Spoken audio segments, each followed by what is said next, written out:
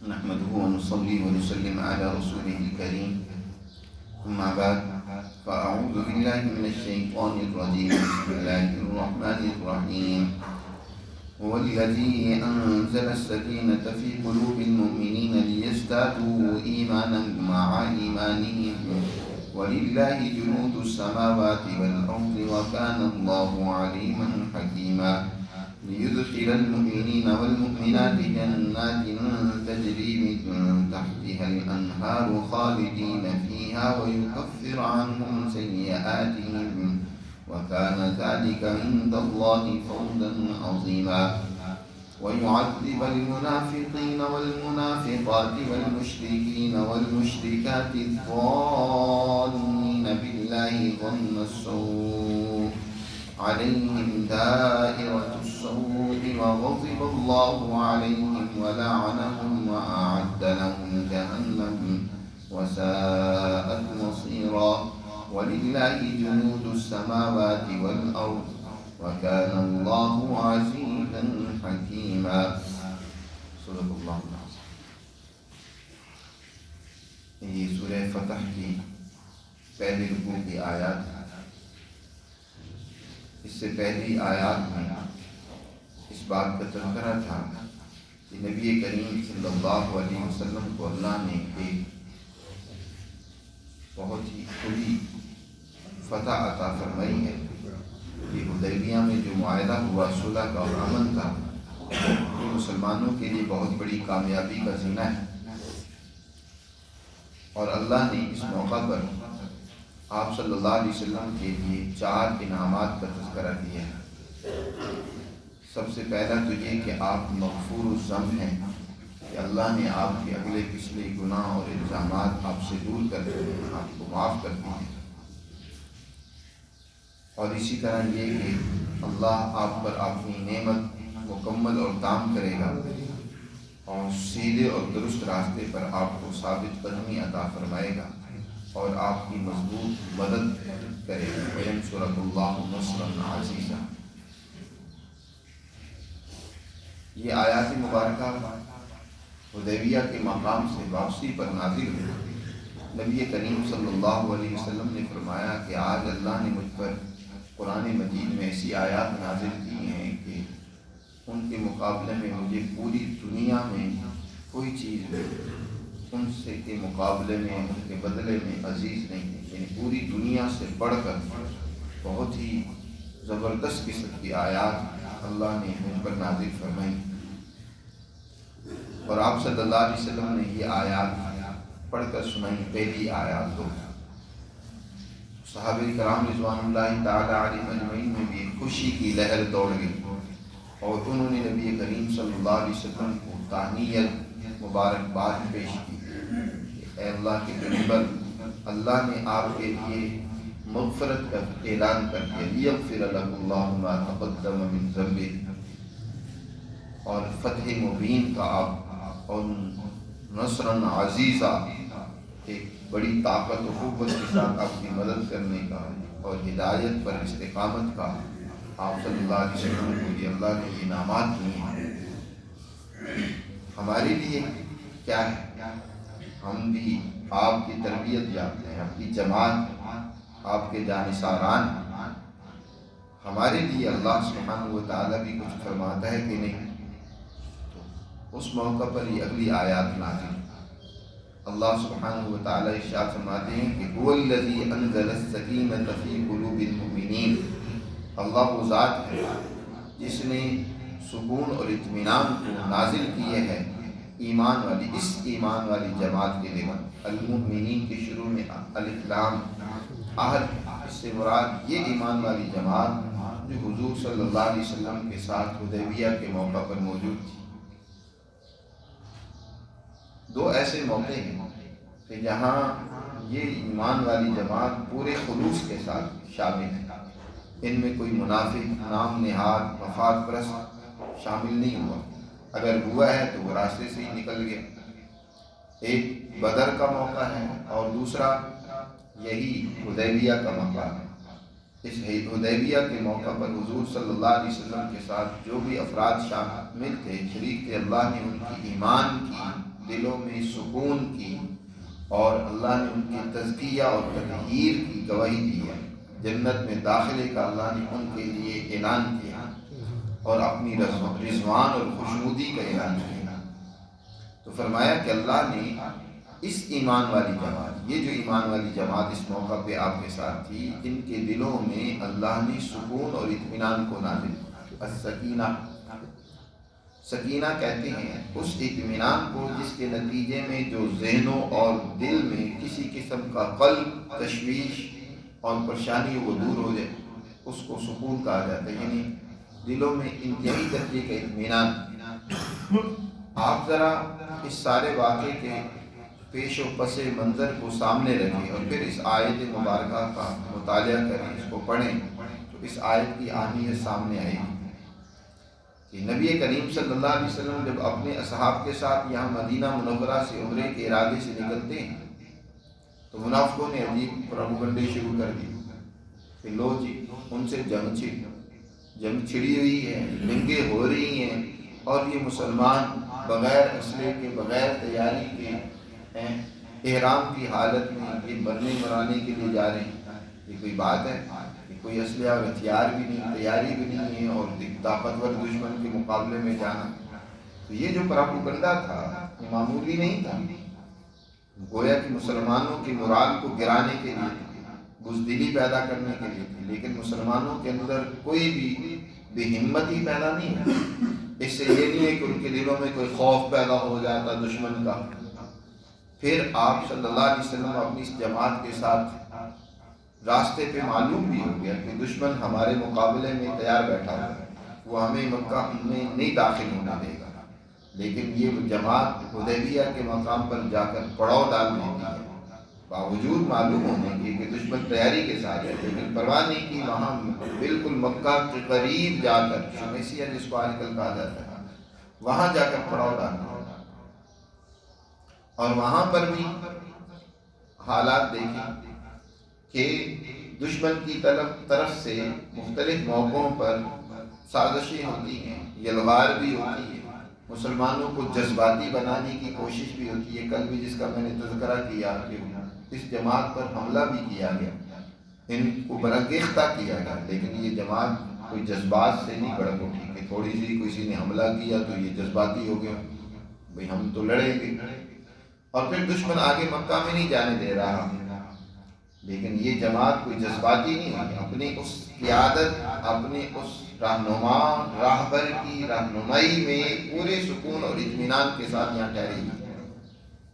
آپ صلی اللہ علیہ وسلم کی تعلیمات اور تربیت پر یہاں ٹھہر کر جو ہے اس سے مطمئن ہے، آپ سے بھرپور محبت کے اظہار ہے، جس کے واقعات سیرت کی کتابوں میں بڑی تفصیل سے آتی ہیں کہ یہاں حدیبیہ کے مقام پر کیسے محبت کے کئی ایک واقعات کو سامنے آئے۔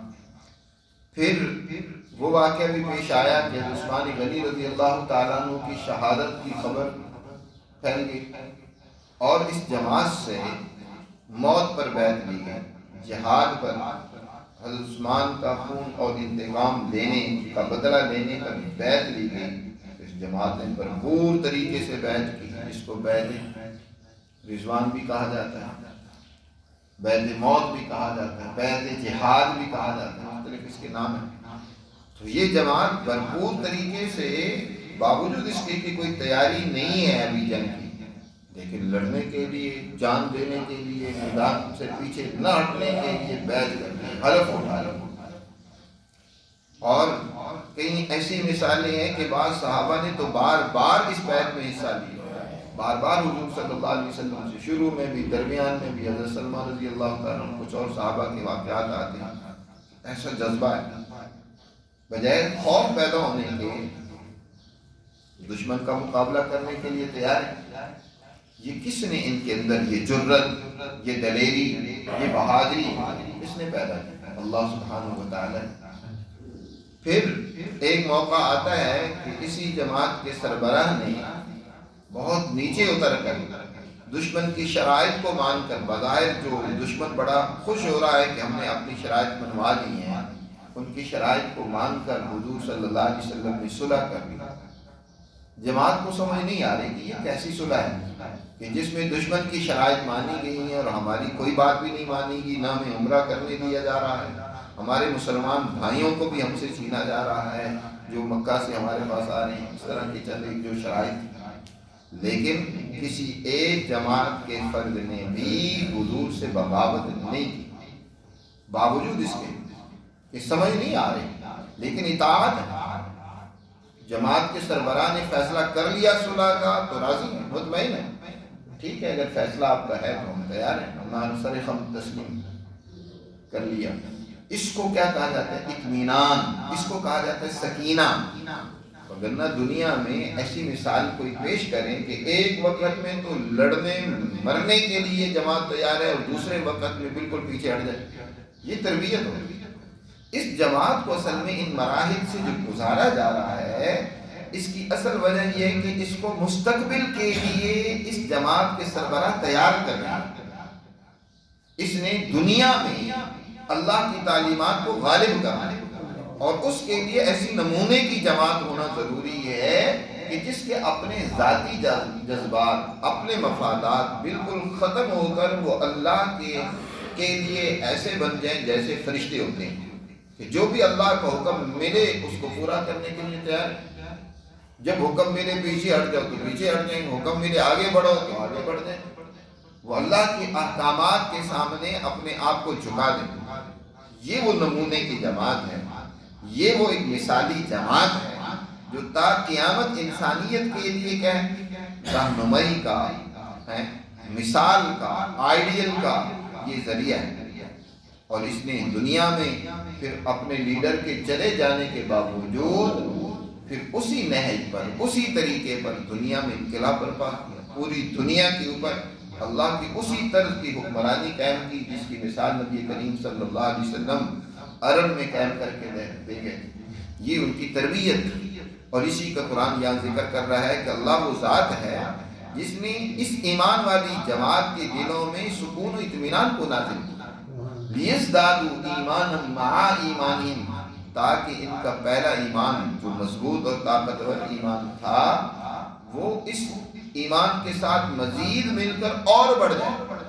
یعنی پہلے اللہ کا ایک حکم ماننے کے لیے تیار ہے جس کو بیعت رضوان کہا، یعنی مرنے کے لیے تیار ہے، پھر صلح کی تو صلح کے لیے پیچھے ہٹائے، یہ دوسری بات ہے۔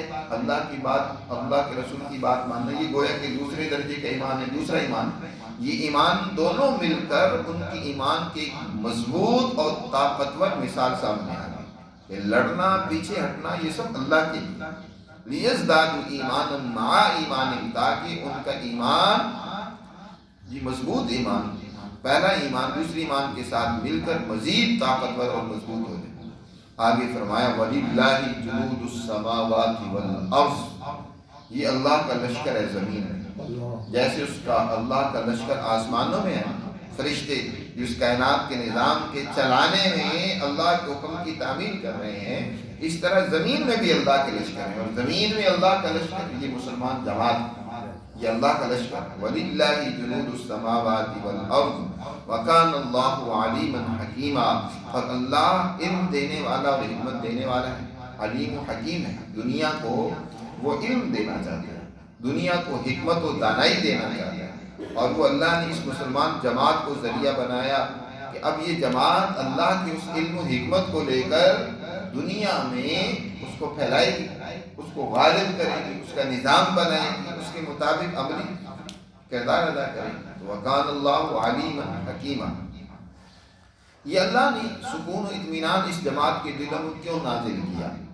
اگلا لِيُدْخِلَ الْمُؤْمِنِينَ، اس کا تعلق ہے انزل السکینت کے ساتھ۔ اللہ نے یہ سکون و اطمینان نازل کیا اس جماعت کے دلوں میں اس لیے تاکہ اس ایمان والے جماعت کے مرد ہوں یا عورتیں ہوں، ان کو اللہ ایسے باغات میں داخل کرے، جنتوں میں داخل کرے جن کے نیچے نہریں بہہ رہی ہیں، لہٰذا وہ سدا سرسبز و شاداب رہیں گے اور یہ اس میں ہمیشہ رہیں گے، خالدین فیہا، ہمیشہ ان میں رہیں گے۔ اور اس لیے نازل کیا، یعنی اللہ نے سکون اطمینان نازل کیا، ایک بات تو یہ کہ ان کو جنتوں میں داخل کریں، اور دوسرا اس لیے کہ وَيُكَفِّرُ عَنْهُمْ سَيِّئَاتِهِمْ کہ اللہ ان سے ان کی غلطیوں کو دور کر دے، چھپا دے۔ وَكَانَ ذَلِكَ عِندَ اللَّهِ فَوْزًا عَظِيمًا اور یاد رکھو یہی اللہ کے ہاں بہت بڑی کامیابی ہے۔ یہ سکون و اطمینان نازل ہو، اس کے دو مقاصد ذکر کیے کہ اس جماعت کے پیش نظر در حقیقت کوئی دنیا کا مفاد نہیں۔ دنیا میں جو طاقتیں قوتیں دنیا میں لڑتی ہیں، صلح کرتی ہیں، جنگ کرتی ہیں، اس جنگ کے پیچھے در حقیقت دو طرح کے مقاصد ہو سکتے ہیں۔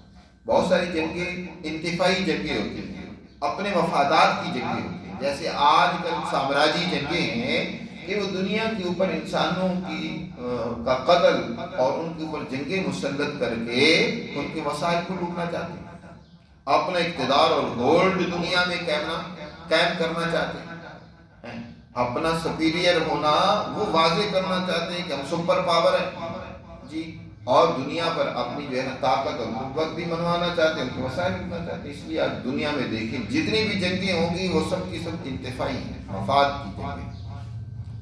لیکن اس جماعت کے پیش نظر دنیا کا کوئی مفاد نہیں، کوئی دنیا کی حکمرانی اپنی قائم کرنا یا دنیا کے وسائل کو لوٹنا نہیں ہے۔ یہ جماعت تو در حقیقت دنیا میں انسانیت کی خدمت کے لیے تیار کی گئی۔ اس نے دنیا میں انسانیت کو امن دینا ہے، مظلوموں، مسکینوں، غریبوں، ضرورت مندوں کے مسائل حل کرنے ہیں۔ انہوں نے اس کا بدلہ جو ہے اپنی یہ جان کے بدلے میں، اپنی تمام صلاحیتوں اور طاقتوں اور قوتوں کے بدلے میں دنیا میں کوئی عزت وجاہ نہیں چاہتے، بلکہ اللہ سے جنات و عدن چاہتے ہیں۔ یدخل المؤمنین والمؤمنات جنات تجری من تحتها الانہار، اللہ یہ چاہتا ہے ان کو جنتوں میں داخل، یہ اسی کے طالب ہے تو اللہ اس کے نتیجے میں ان کو جنتوں میں داخل کرے گا۔ ان کے پیش نظر آخرت کی کامیابی، یہ الگ بات ہے کہ ان کی ساری جدوجہد کے نتیجے میں اللہ دنیا میں بھی نہیں حکمرانی دے گا، لیکن وہ ان کا مطمع نظر نہیں ہے کہ ہم دنیا کے حکمران بن جائیں، دنیا کے وسائل ہمارے قبضے میں ہو جائیں۔ وسائل ان کے قبضے میں آئیں گے لیکن اس لیے تاکہ ان کو کی منصفانہ تقسیم ہو، ہر ایک ضرورت مند تک ان کو پہنچایا جائے۔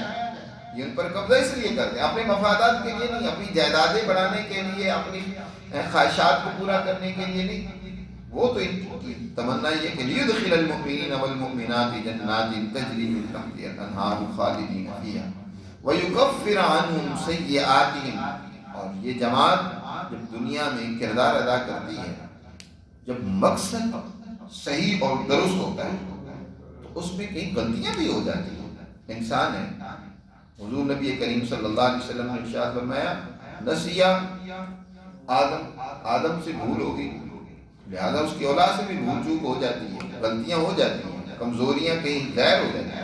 لیکن مقصد اعلیٰ ہو تو اس مقصد کی حصول کے لیے جو کوئی کمی کوتاہی غلطی کمزوری ہوتی ہے تو اللہ اس اعلیٰ مقصد اعلیٰ ویژن کے پیش نظر ان کمزوریوں کو نظر انداز کر دیتا ہے جی، غلطیوں کو ایسا اللہ چھپا دیتا ہے کہ اس کے کوئی نتائج اثرات نہیں نکلتے۔ وَيُكَفِّرُ عَنْهُمْ سَيِّئَاتِهِمْ، اللہ ان کی غلطیوں کو کیا کر دیتا ہے؟ چھپا دیتا ہے۔ کفر کہتے ہیں چھپانے کو، کافر بھی کو بھی کافر اس لیے کہتے ہیں کہ وہ حقیقت اور سچائی کو کیا کر دیتا ہے؟ چھپا دیتا ہے۔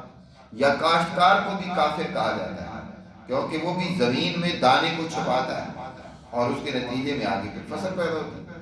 تو اللہ فرما رہے ہیں کہ اللہ ان کی غلطیوں کو چھپا دے گا ان سے، یعنی اس کے اثرات و نتائج نہیں نکلیں گے، اللہ ان کو مٹا دے گا اور اللہ ان کے نتیجے میں ان کی پرسش نہیں کرے گا، یعنی اللہ ان کو معاف کر دے گا۔ وَيُكَفِّرُ عَنْهُمْ سَيِّئَاتِهِمْ، اور یاد رکھو یہی سب سے بڑی کامیابی ہے۔ وَكَانَ ذَلِكَ عِندَ اللَّهِ فَوْزًا عَظِيمًا، کہ ایک انسان جنت میں چلا جائے اور اللہ کی مغفرت اسے نصیب ہو جائے، جیسے اللہ نے اپنے نبی صلی اللہ علیہ وسلم کے لیے فرمایا کہ لِيَغْفِرَ لَكَ اللَّهُ مَا تَقَدَّمَ مِن ذَنبِكَ، ایسی حضور کی اس جماعت کے لیے بھی فرمایا جس کی حضور نے تربیت کی ہے کہ لِيُكَفِّرَ عَنْهُمْ سَيِّئَاتِهِمْ، اللہ نے ان کی غلطیاں معاف کر دی۔ اور آج کوئی کسی صحابی کی غلطی کو لے کر بڑبڑانا شروع ہو جائے تو اسے اپنی عقل اور دانش کا علاج کرنا چاہیے۔ اگر وہ اللہ اور اس کے رسول کو مانتا ہے، اللہ کی تعلیمات اور قرآن کو مانتا ہے، تو پھر اللہ کے اس پیغام کو بھی سمجھنا ہوگا اس پر بھی ایمان ہونا چاہیے۔ یکفر عنہم، ہر تاریخی فضول باتوں کے اوپر اپنے نظریات و عقائد قائم کر کے صحابہ کے بارے میں کوئی کسی قسم کی غلط سوچ اور ذہنیت بنا لینا، یہ اپنی عاقبت خراب کرنا۔ اللہ نے فرمایا اس جماعت کے بارے میں، فرمایا لیدخل المؤمنین، اس ایمان والی جماعت، اور اس میں حضرت ابوبکر ہیں، اس جماعت میں حضرت عمر ہیں، اس جماعت میں حضرت عثمان ہیں، اس جماعت میں حضرت علی رضی اللہ تعالیٰ عنہ ہیں، یہ سارے کبار صحابہ اس جماعت میں موجود ہیں، حضرت طلحہ ہیں، اور اسی طرح حضرت زبیر ہیں، یہ سارے صحابہ اس جماعت کا حصہ ہیں۔ لیدخل المؤمنین والمؤمنات، اور فرمایا ویکفر عنہم سیئاتہم وکان ذلک عند اللہ فوزا عظیما، اور اس لیے بھی اس جماعت کے دل میں تو سکون اور اطمینان اللہ نے پیدا کیا۔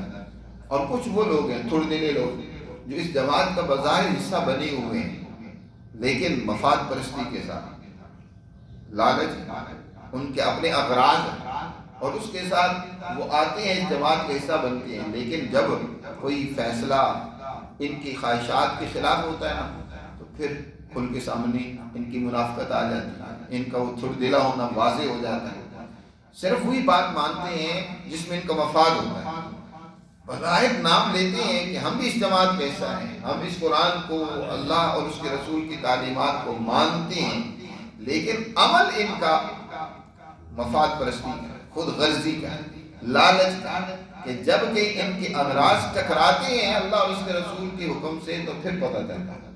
تو اگر انسان صرف ایسے حکم مانتا رہے جو میٹھے میٹھے ہیں، جو مطلب کے ہیں، جن سے نفس بھی خوش ہوتا رہے، اور کوئی نہ رنگ چڑھے نہ پھٹکڑی لگے، کچھ بھی نہیں ہے، کچھ دینا دونا کچھ نہیں ہوتا، ایسے میٹھے میٹھے عمل تو انسان بھرپور کرے، جہاں کی قربانی دینی پڑے، جہاں کوئی اپنے خواہشات کو قربان کرنا پڑے، اپنے مفادات کو ترک کرنا پڑے، تو وہاں جو ہے وہ پھر تعویلیں کرنے لگ پڑے، وہاں پیچھے ہٹ جائیں، وہاں باتیں بنانے لگ پڑے، تو یہ منافقت ہے۔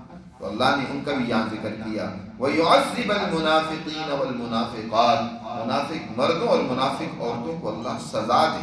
یہ ایمان والی جماعت تو مطمئن ہے، لیکن منافق وہ اس سے پریشان ہیں، ان کی باتیں ہو رہی ہیں کہ یہ مرنے کے لیے جا رہے ہیں، یہ کیا ہے، لڑائی ہو رہی ہے، اور وہ جانا نہیں چاہتے، کچھ اگر نکلے بھی ہیں شروع میں تو پیچھے باتیں بنا کر واپس ہو گئے ہیں کہ ہم تو نہیں جاتے۔ اور اسی طرح والمشرکین والمشرکات، اور اسی طرح اللہ عذاب و سزا دے مشرک مردوں اور مشرک عورتوں کو۔ اوان، کون سے مشرک مرد اور مشرکین عورتیں؟ اوانین باللہ ظن السوء، جو اللہ کے بارے میں طرح طرح کی بدگمانی میں مبتلا ہے۔ جی، منافق بھی اور مشرک بھی اللہ کے بارے میں بدگمانی یہ کیے ہوئے تھے۔ ایک تو یہ منافق تو کہتے تھے مسلمان مریں گے، اتنی بڑی طاقت کا مقابلہ کرنے کے لیے بغیر تیاری کے جانا، تو یہ تو مرنا ہے۔ اور مشرک لوگ جو تھے وہ ان کے بارے میں عجیب و غریب بدگمانی کر رہے تھے کہ یہ تو اس لیے آئے ہیں تاکہ مکہ پر کیا کر لیں، قبضہ کر لیں۔ جی، اور یہ تو جو ہے نا مسلمانوں کے بارے میں عجیب و غریب بدگمانی مکہ کے مشرکوں کی تھی کہ یہ تو کچھ نہیں ہے ہمارا، ہم یہ اس صلح پر بھی قائم نہیں رہیں گے۔ اور یہ بھی بدگمانی تھی کہ اچھا ہوا ہم نے مسلمانوں سے اس موقع پر اپنے مطلب کی شرائط بنوا لی، حالانکہ ان کو نہیں پتا تھا کہ یہی شرائط ان کے گلے کا طوق بن جائیں گی، یہی شرائط ان کے لیے سوانی روح بن جائیں گی، اور یہی شرائط بعد میں ان کے لیے پریشانی کا سبب بنی۔ ان کے بڑے بڑے سردار، بڑے بڑے جرنیل، انہوں نے جا کر دین اسلام کی غلامی کا طوق اپنے گلے میں ڈالا، اور وہ اسلام کے قریب ہوئے۔ حضرت عمر بن عاص، حضرت خالد بن ولید، اور کئی ایک قبائل جو ہے، اس کے بعد قرآن کہتا ہے یدخلون فی دین اللہ افواجا، فوجیں آئیں گی، اب لوگ دھڑا دھڑا آئیں گے دین اسلام کو سمجھنے کے لیے۔ یہ تو سمجھ رہے تھے کہ ہم نے جو ہے مسلمانوں کو کمزور کر دیا، اپنے مطلب کی شرائط بنوانا، لیکن یہ نہیں پتا تھا یہی تو دین اسلام کے پھیلنے کا ذریعہ بن گیا، اس کے آگے غالب آنے کا ذریعہ، آگے مکہ پر غلبے کا راستہ اس کے ذریعے سے کھل گیا۔ تو الظانین باللہ ظن السوء، یہ اللہ کے بارے میں بدگمانیاں کر رہے تھے۔ علیہم دائرۃ السوء، وہی جو بری بدگمانی تھی نا، جو اس کا دائرہ تھا وہ انہی پر پلٹا۔ دائرۃ السوء، سوء اور برائی ان کی طرف لوٹ کر آئی، نتائج ان کے خلاف نکلے۔ وغضب اللہ علیہم، اللہ ان سے ناراض ہوا اور اللہ نے ان کو اپنی رحمت سے دور کر دیا، وأعد لهم جہنم، اور ان کے لیے اللہ نے جہنم تیار کر رکھی ہے، اور جہنم بہت ہی برا ٹھکانہ ہے، وساءت مصیرا، اللہ اس سے ہماری حفاظت فرمائے۔ پھر فرمایا وَلِلَّهِ جُنُودُ السَّمَاوَاتِ وَالْأَرْضِ، دوسری مرتبہ یہ آیت بیان فرمائی کہ اللہ ہی کے لشکر ہیں آسمانوں میں بھی اور زمین میں بھی۔ آسمانوں کا لشکر تو فرشتوں کا ہے، زمین میں لشکر یہ اللہ کی سچی مسلمان جماعت، یہ اللہ ہی کا لشکر ہے، آسمانوں میں بھی اللہ کے لشکر ہیں اور زمین میں بھی یہ اللہ کا لشکر ہے۔ لہذا وَكَانَ اللَّهُ عَزِيزًا حَكِيمًا، اللہ غلبہ دینے والا ہے اپنے اس لشکر کو دنیا پر، حکیمہ اور حکمت و دانائی دینے والا ہے تاکہ اس کے مطابق یہ دنیا میں عدل و انصاف قائم کرے، دنیا میں امن قائم کریں، حکمت کے اصولوں پر حکومتیں قائم کریں۔ تو یہ اللہ سبحانہ و تعالی عزیز الحکیم، پہلے علیم الحکیمہ فرمایا کہ یہ علم اور حکمت کو تقسیم کرنے والے ہیں، یا عزیز الحکیمہ فرمایا کہ اللہ دنیا میں اس کو غالب کرنے والا ہے، غلبہ دینے والا ہے۔ تو اللہ سبحانہ و تعالی نے یہاں ان ابتدائی آیات میں اللہ نے اپنے نبی صلی اللہ علیہ وسلم کی اس تربیت یافتہ جماعت کے اوپر جو اپنے انعامات کیے اور اس جماعت کا جو ہم لوگ کردار سامنے آیا اس کو بیان کیا ہے، اور اس جماعت کی جو کامیابی ہے اس کو واضح کی ہے۔ اللہ ہمیں سمجھ نصیب فرمائے۔